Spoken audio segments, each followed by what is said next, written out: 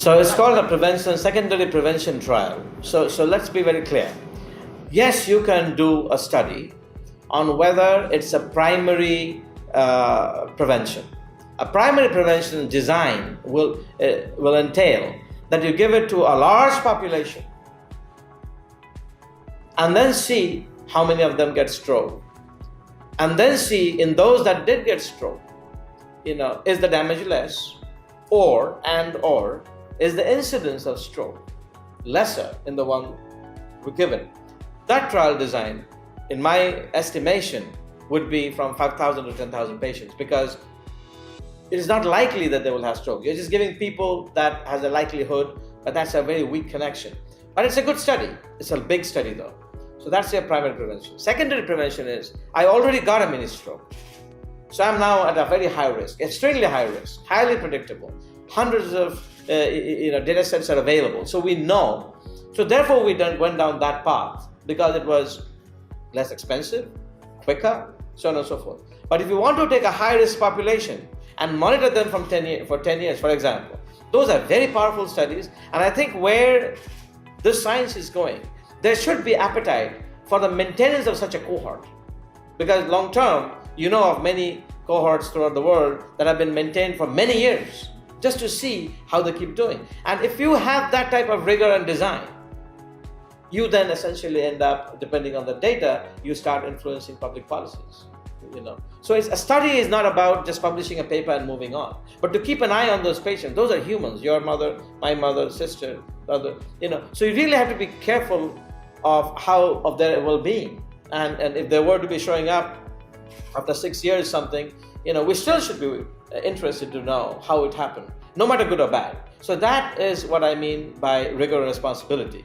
And I think that we are at a point now. 20 years ago, we were not at a point. We did not have a story to tell. We now have a story, and I hope the community here sees the need, not to do many studies here and there, but to take a line and go all the way. And that would, you saw some of the discussions we had today with Dr. Sundaram. There are so many forces opposing this, and those can be only counterbalanced through serious science.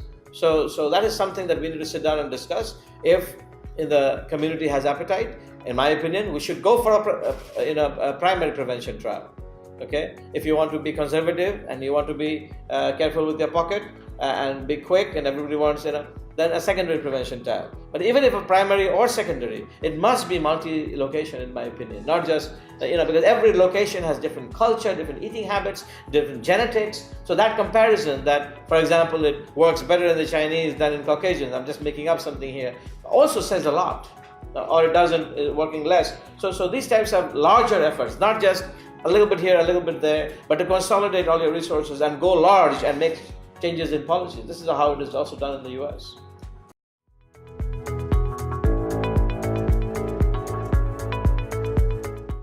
Types of claims we are now making are drug-like claims. They are drug-like claims, and they will have to go through drug-like rigor. If you don't, people may anticipate that there is something wrong, that you're not holding yourself to the drug standard. I am eager to hold our science to the drug standard. I am very confident that we will win, holding ourselves to the drug standard, and I think that is the only path to take, as it relates to claims.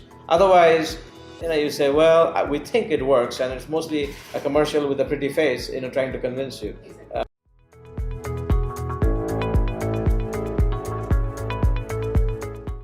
This time, the ball is in the community of the Malaysian palm oil community, because we have concluded successfully the phase 2 trial.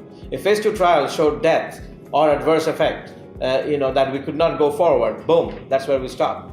Period. It's not up to me. It is the outcome of the trial. Right now, the trial is giving us a green signal to proceed.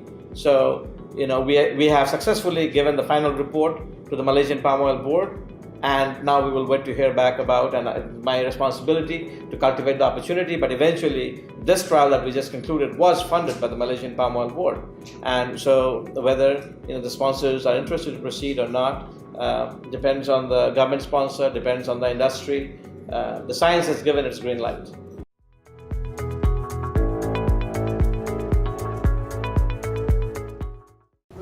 Yes, funding from efficacy, yeah. all these communities. Yes. Mm-hmm.